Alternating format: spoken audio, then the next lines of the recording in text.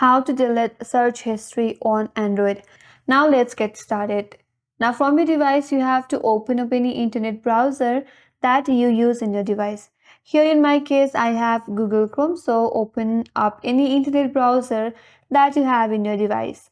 Now if you have Google Chrome, simply open up your Google Chrome.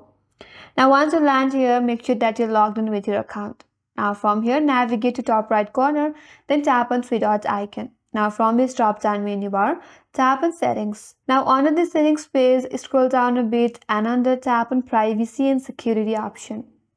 Once you get to privacy and security page here, at the very top there you will find an option as delete browsing data. Tap on that. And from here you have to select what you would like to clear. If you want to delete your browsing history, check on that, or cookies and site data, and there's more option as case, image and files, saved password, autofill from data, or site setting. So select the one that you would like to delete, then simply tap on delete data. Now for your confirmation, again tap on delete, and after you do that, your search history on your device will also get deleted. So that's all for today's video. Hope this video helped you, and if you're new to our channel, make sure to subscribe, like, comment and hit that notification bell icon. Thanks for watching, and I will see you on next video.